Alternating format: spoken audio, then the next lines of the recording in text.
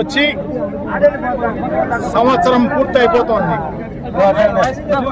సంవత్సరం పూర్తి అయిపోయినా ఎన్నికల్లో చెప్పిన విధంగా, మేనిఫెస్టోలో చెప్పిన విధంగా ఒక్క హామీ కూడా నెరవేర్చిన పరిస్థితి లేదు. ఎలక్షన్లకు ముందైతే గొప్పగా 163 హామీలు, దాంట్లో మళ్ళీ సూపర్ 6 అని చెప్పేసి ప్రతి బహిరంగ సభలోనూ ఊదరగొట్టిన పరిస్థితి మనం చూసాం. బాబు షూరిటీ మోసం గ్యారంటీ అన్నట్టుంది తప్ప అది ఆయన గ్యారంటీ ఇచ్చిన పరిస్థితి లేదు. ఒక్కటి అమలు చేసిన పరిస్థితి అంతకన్నా లేదు. ఈ రాష్ట్రానికి దాదాపు 1,75,000 కోట్లు అప్పు చేసినారు తప్ప ఒక్క సంక్షేమ కార్యక్రమం అందించిన పరిస్థితి లేదు. ఈ రాష్ట్రంలో ఎక్కడ అభివృద్ధి చేసిన పరిస్థితి కూడా లేదు.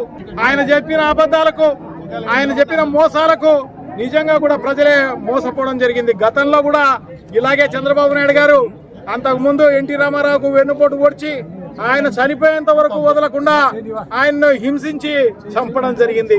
వెన్నుపోటు చేసి ఆయన అధికారంలోకి వచ్చి ఇప్పుడు అధికారం మళ్ళీ వచ్చేదానికి ప్రజలకందరికి కూడా వెన్నుపోటు పొడిచే కార్యక్రమం చేస్తున్న పరిస్థితి మనందరం చూస్తున్నాం. తల్లికి వందనం వెన్నుపోటు పొడచడం జరిగింది. అన్నదాత సుఖీభావకు వెన్నుపోటు పొడచడం జరిగింది అన్నమాట. మహిళలకందరికీ కూడా ఉచిత బస్సు అని చెప్పినారు.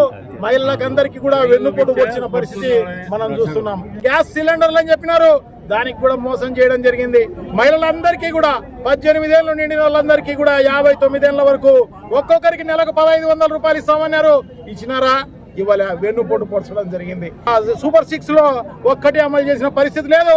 ఒక సూపర్ 6 కాదు, దాదాపు 163 హామీలలో ఒక్కటి కూడా అమలు లేదు అని చెప్పి తెలియజేసుకుంటున్నాను. సో దీన్ని ఎలుగెత్తి చాటడం కోసం, ప్రజల దృష్టికి తీసుకురావడం కోసం, ప్రభుత్వ దృష్టికి తీసుకురావడం కోసం మేమందరం కూడా వైఎస్ఆర్ కాంగ్రెస్ పార్టీ రాష్ట్ర వ్యాపితంగా ఈరోజు వెన్నుపోటు దినంగా పెద్ద ఎత్తున ర్యాలీలు చేసి మేమందరం కూడా ఈ ప్రభుత్వానికి అధికారుల ద్వారా డిమాండ్ నోటీస్ పంపించే కార్యక్రమం చేస్తున్నాం.